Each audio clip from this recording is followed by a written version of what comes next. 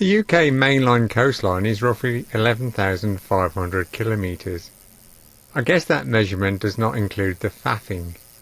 There is a fair bit of faffing, cycling there and back along a dead-end lane, riding on access roads, meandering around village streets, or rolling along the odd pier or two. I imagine that a lot of people have ridden the coast. Not as many as those who ride Land's End to John O'Groats, mind you, a route that has become a cycling superhighway.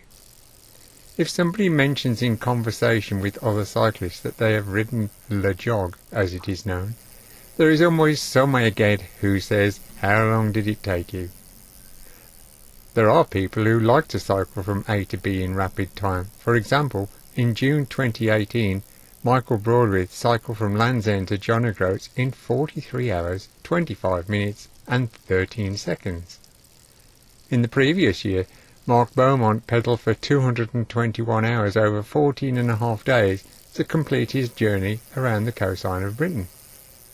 Clearly, this pair did not call into a pub for a few beers en route.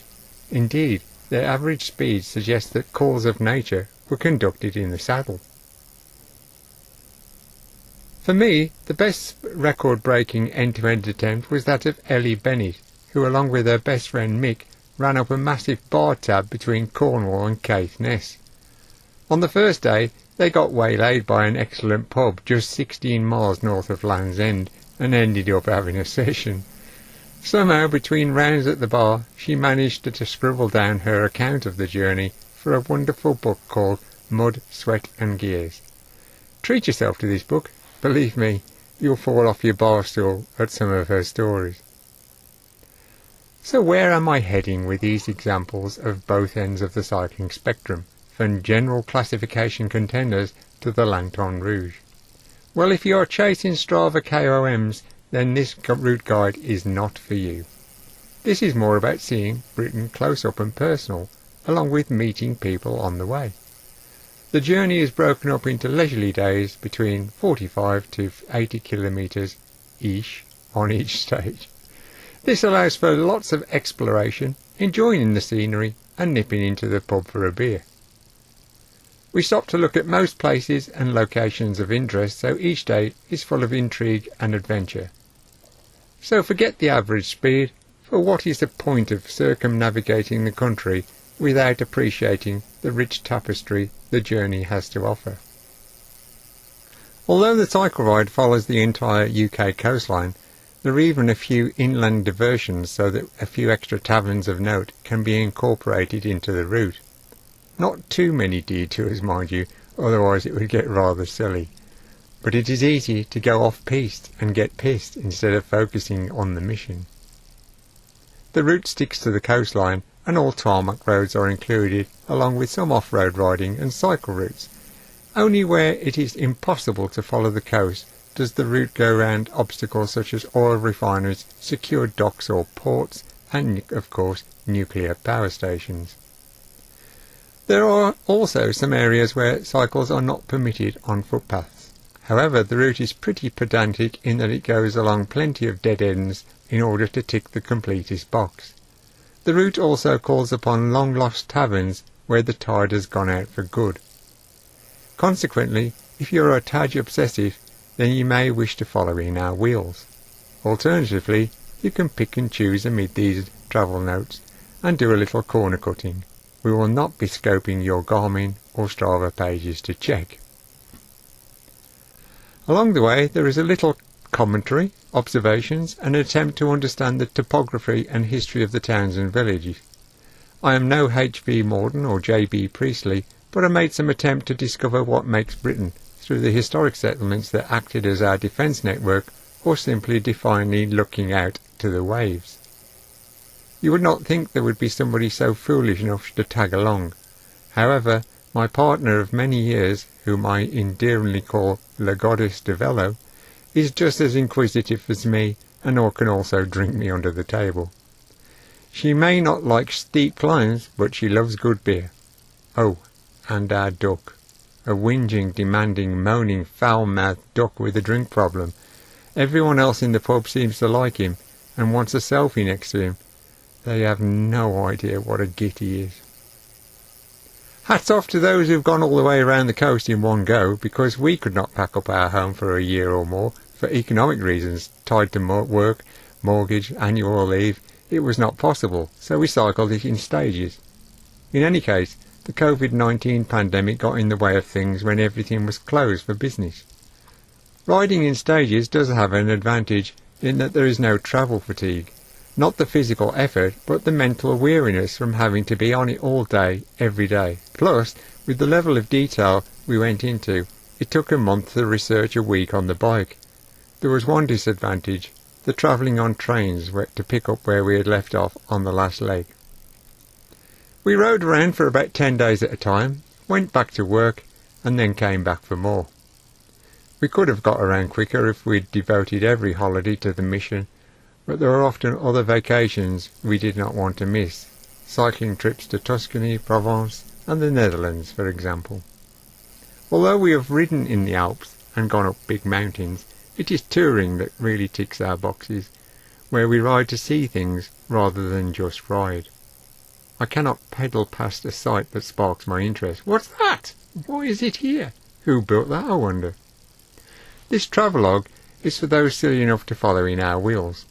There are maps, directions, audio, video, of course, and my photographs. I've taken lots of photographs, thousands of photographs, and augmented these by acquiring several hundred historic images on postcards and negatives. Armed with the travel notes, mapping and directions, all cyclists will need to worry about is what to pack. Talking of which, did I mention the tent? No, sod that for a game of soldiers. Indeed, once upon a time, a long, long time ago, I did rough it in uniform. On leaving the world of bivvy bags and trench digging, I vowed that I would not be keeping under canvas again.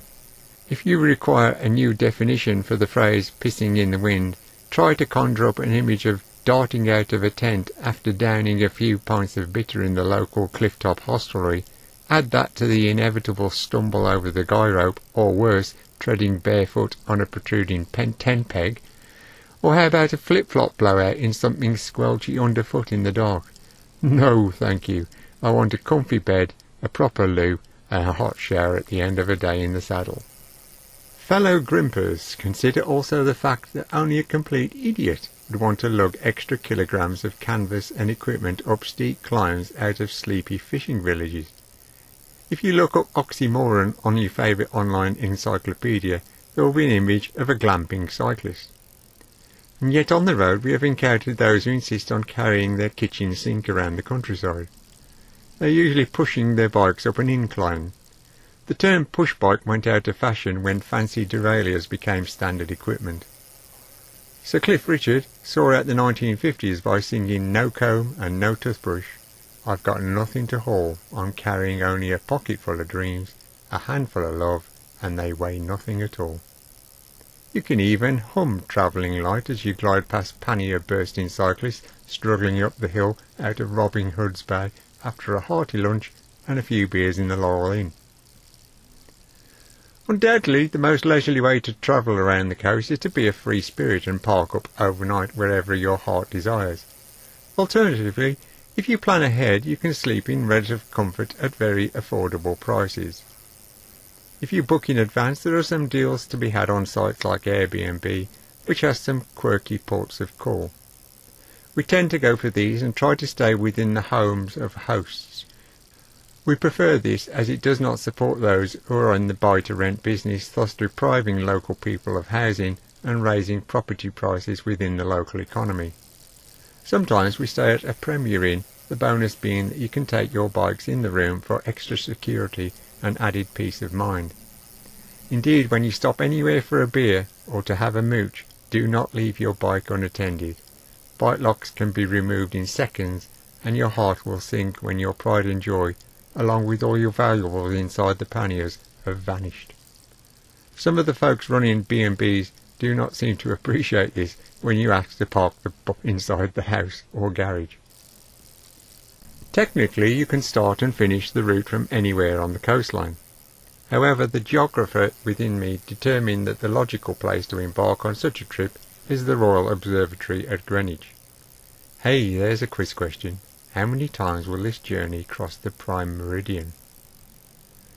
The second quiz question, and one I come back to often myself, is why did I elect to travel in an anti-clockwise direction? Most people undertaking the end-to-end ride start at Land's End because the prevailing southwesterly wind provides a little assistance during the ride, or a lot of assistance when it's blowing a gale. Unless of course one rides during the spring when there is a higher frequency of northeasterly winds. Considering that Greenwich is partly a memorial to John Harrison, a good quote to roll out here is courtesy of Stephen Edmonds, who once said, "Time is an illusion, timing is an art." So logic would seem to suggest clockwise is the correct way to travel around the coastline. One element of my logic was that the goddess de Velo does not particularly like riding up steep hills. Consequently, I thought the gentle terrain of Essex and Suffolk would be a good opening gambit, rather than hearing obscenities being hurled at me when climbing out of steep shoreline villages on the south coast. So, without further ado, let's climb on our bikes and get going. Enjoy the ride. You can start the prologue by following the link below.